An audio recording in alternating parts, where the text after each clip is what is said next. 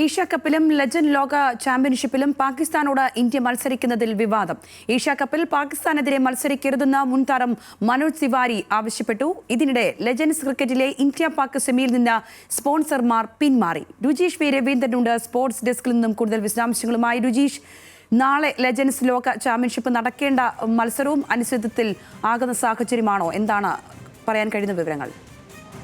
സംഗീത, എല്ലാ ഇന്ത്യ പാകിസ്ഥാൻ മത്സരത്തിനും വലിയ അനിശ്ചിതത്വം തന്നെയാണ് ഇപ്പോഴുള്ളത്. ഏറ്റവും ഒടുവിൽ ഇപ്പോൾ ഇന്ത്യയുടെ മുൻ നായകൻ കൂടിയായ മുഹമ്മദ് അസറുദ്ദീൻ കൂടി ഇന്ത്യ പാകിസ്ഥാൻ മത്സരത്തിലേക്ക് പോകേണ്ട സാഹചര്യമല്ല, നിലവിലുള്ള സാഹചര്യം വളരെ മോശമാണ് എന്ന് പറയുകയാണ്. എന്തായാലും കഴിഞ്ഞ ദിവസം പാർലമെന്റിൽ നരേന്ദ്രമോദി പ്രധാനമന്ത്രി പ്രസംഗിക്കുന്ന സമയത്ത് അദ്ദേഹം സൂചിപ്പിച്ചത് ഓപ്പറേഷൻ സിന്ദൂർ ഇനിയും തുടരും എന്ന് തന്നെയാണ്. ആ ഒരു സാഹചര്യം ചൂണ്ടിക്കാട്ടിയാണ് മുൻ താരവും തൃണമൂൽ കോൺഗ്രസ് MLA മന്ത്രി കൂടിയായ അവിടെ കായിക മന്ത്രിയാണ്, പശ്ചിമ ബംഗാളിലെ കായിക മന്ത്രി കൂടിയായ മനോജ് തിവാരി പറഞ്ഞത്. ഇങ്ങനെ ഓപ്പറേഷൻ സിന്ദൂർ തുടരുന്ന സാഹചര്യത്തിൽ എങ്ങനെയാണ് പാകിസ്ഥാനുമായി ക്രിക്കറ്റ് കളിക്കുക എന്നാണ് അദ്ദേഹം ചോദിച്ചത്. അങ്ങനെ പ്രതിപക്ഷ നിരയിൽ നിന്നുള്ള നേതാക്കൾ, മുൻ ക്രിക്കറ്റ് താരങ്ങൾ ഓരോരുത്തരായി ഇന്ത്യ പാകിസ്ഥാൻ മത്സരത്തെ വിമർശിച്ചുകൊണ്ട് രംഗത്തെത്തുകയാണ്. എന്തായാലും നാളെയാണ് ലെജൻഡ്സ് ലീഗ് ക്രിക്കറ്റിൽ ലോക ചാമ്പ്യൻഷിപ്പിൽ ഇന്ത്യയും പാകിസ്ഥാനും തമ്മിൽ സെമി ഫൈനൽ പോരാട്ടം നടക്കേണ്ടത്.